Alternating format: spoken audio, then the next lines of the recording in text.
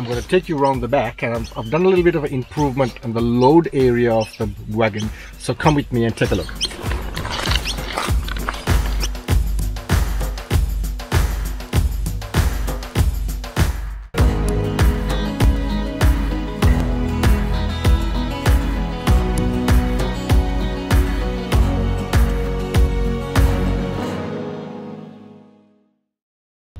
Hey everyone, it's Duncan from Overland Journals. Well, stuck at home these days, so I'm doing a bit of work on the 4B whenever I get a moment, apart from work. So in my previous video, I talked about a cargo net which I installed at the back here. Take a look.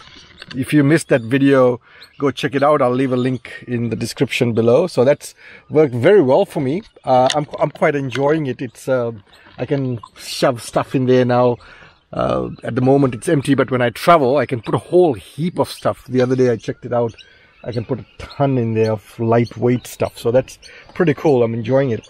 Now, one of the other things I wanted to do while I'm doing this video is maybe show you what's at the back of the 4B. So at the back here I've got this cargo barrier at the back, and I've tried to utilize every space that's available, sort of easy reach for me. So over here I keep a couple of camping lanterns. The whole idea of keeping the lanterns here is so that it's easy access. As soon as I get to a campsite and if it's getting a bit dark, all I have to do is grab one of these and I've got light and hook it up, setting up camp. And then back here is my bladder. It's a water bladder. I didn't go for one of those metal water tanks underneath. I found this would be a lot lighter and I can control my weight. So this is a 85-liter water bladder. Pretty strong. I've had this for about 3 years now. No, it's about 4 years I've actually had it, and it's pretty cool. And all the plumbing is over there way at the back. And then I got one of these storage bags. In this I keep my PLB. Did a video on the PLB if you want to take a look at it, in the description below. One of my handhelds. I've got two handhelds. Once it's there, once it's here. And all these other pockets I use when I'm whatever I want to put in. Also what I do is I've got my inverter over there. That's a 600-watt inverter. It's just enough for me. It didn't have to be anything super powerful, because most of the time I use the inverter only for charging camera batteries and stuff like that. And then the power outlets are right on just above it over there. So what I normally do when I'm charging batteries is I plug whatever charger into the outlets, and then I drop the chargers with the batteries into one of these pockets. So on the go I got my batteries charging. Yeah, and then I keep my swag down here. I like to keep the swag inside because I can easily put it on the roof, but I'm too lazy to go up and down the roof, so I keep it in here. And underneath it is another one of those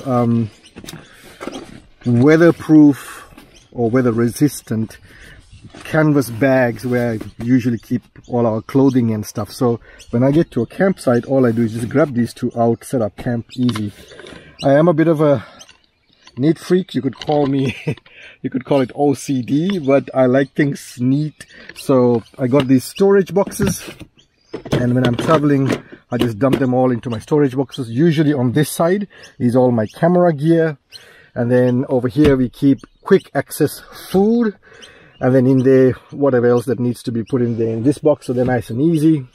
Maps and stuff go at the back here, and then sleeping bags, which will probably go up here when we are traveling. These are those neck braces or neck cushioners, whatever you call them, for usually for airline travel. But I found that going on corrugations, particularly for my wife, they work a treat. So we keep two of those here.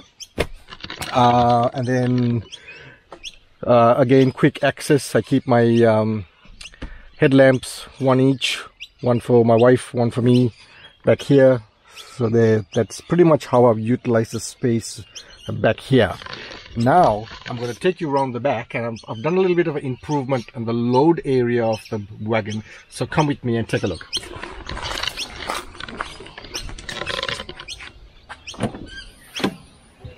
Well, you might have seen this in one of my previous videos. So I keep all my camping chairs and throw in stuff and bottles of water. They go in this section here, which is partitioned off using this mesh here, which is one of those DIY jobs.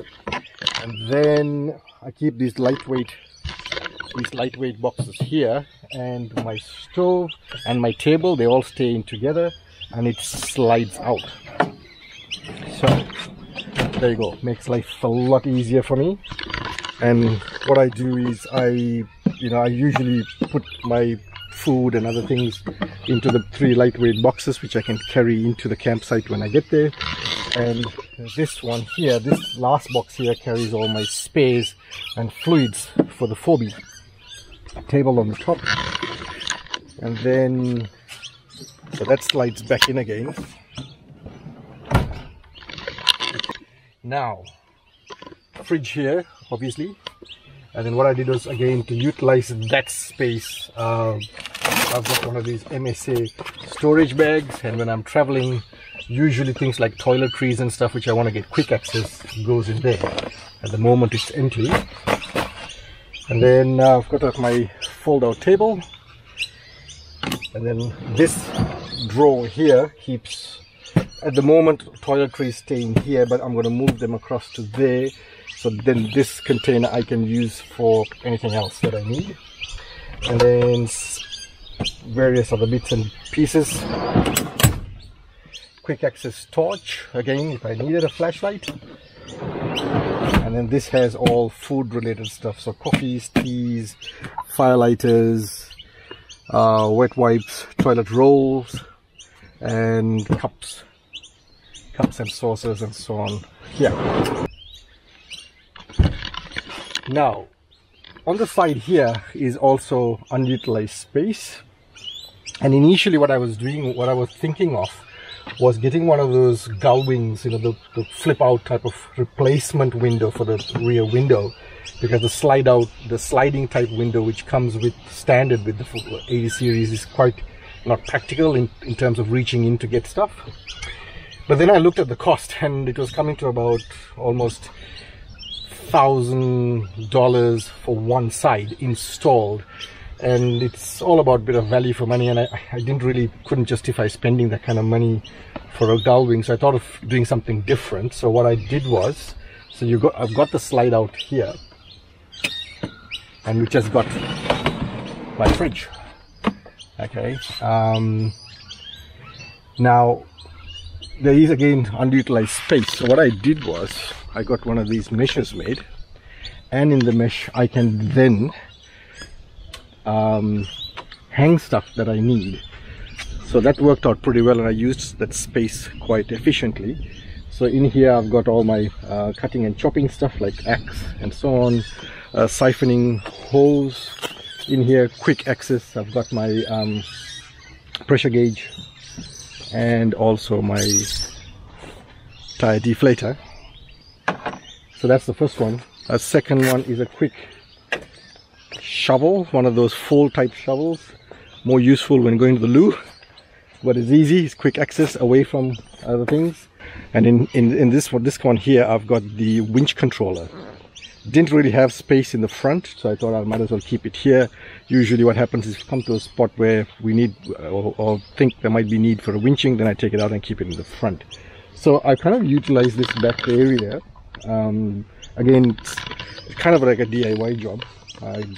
There's a workshop I always go to get stuff done, and I went to them and they made this for me. It cost me under $100, and it's pretty sturdy. And then I installed it myself, so it worked very well. So it's $100 and probably 1 hour of my time installing it, as compared to $900 if I was to do one of those flip out windows. So that worked out pretty well, and I'm pretty pleased with it, and I utilized that space. So I hope you enjoyed that quick video.